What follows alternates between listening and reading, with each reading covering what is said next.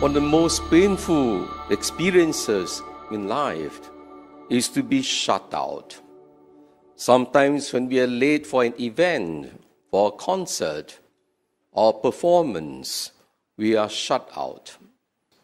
Very often in family life, husband and wife shut each other out, and children as well, by not talking to each other, by refusing to communicate.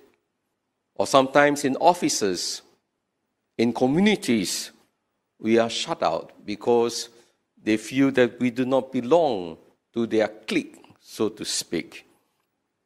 But my dear brothers and sisters, this is not the only kind of experience of being shut out.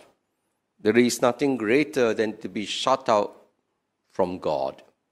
Not because God shut us out, but because we shut Him out. And this happens simply because many of us, we do not take our relationship with Jesus seriously.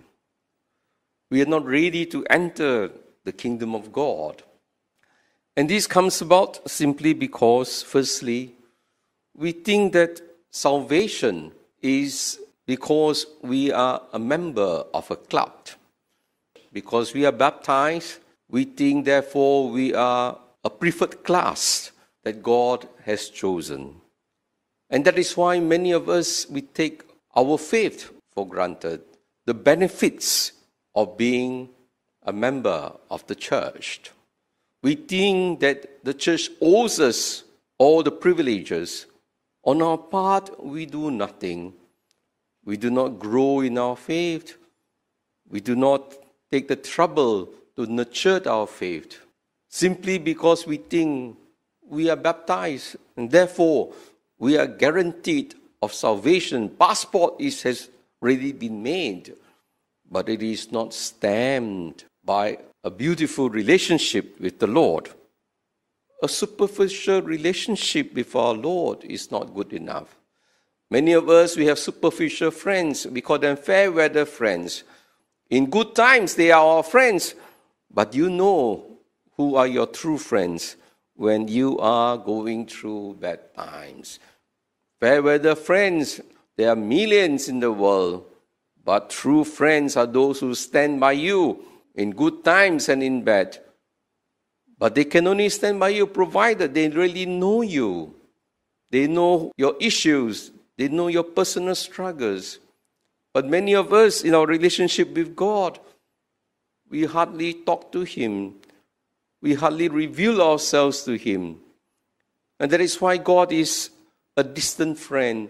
We come to Him only when we are in need of help. But we do not, in good times, deepen that relationship with the Lord. We can be routine Catholics, attending Mass, but not participating, hearing a homily, but not reflecting, not interiorizing, reading the scriptures, but not really meditating on it. So we do many things externally. If we truly want to be part of the community of faith, to belong to the kingdom of heaven, then there is a price that we must pay. And that is why those who have been converted to the faith, most of the time, their faith is strong. Their faith is fervent because they pay a price to find God. And when they found Him, they surrender themselves. Those of us who are created Catholics, unfortunately, many of us, we take our faith for granted. We do not really appreciate what we have. That is why many created Catholics, after some time, either they fall into a routine, they lapse, or they just give up. Because they take all these benefits as if it is their right. This entitlement mentality. Dangerous, very dangerous. The way to the Lord is always through the narrow door. We need to struggle. We need to strive. We need to realize that once we are baptized, or once you are ordained, or once you are confirmed, or once you are married in church, it does not mean to say, oh, we are therefore already all perfected. No. We are in the process of purification. It is not something that is frozen. We need to grow. We need to grow in our relationship. We need to grow in our marriage. We need to grow in our faith as well. But it does not mean to say, to struggle means to say that at the end of the day it's our efforts. It is also the grace of God. Without His grace, we will not have faith. So don't think that your faith in Jesus is purely by your efforts alone. Yes, we need to cooperate. That's all. But God will supply the grace for us. And most of all, it is important for us. This grace of coming to know Jesus is really a gift. And we must be open to that gift, receptive to that gift.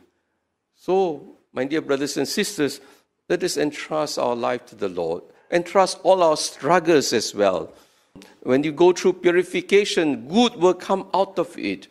We should not be too concerned about our failures. But in everything we do, in all our shortcomings, we just have to cooperate with the grace of God.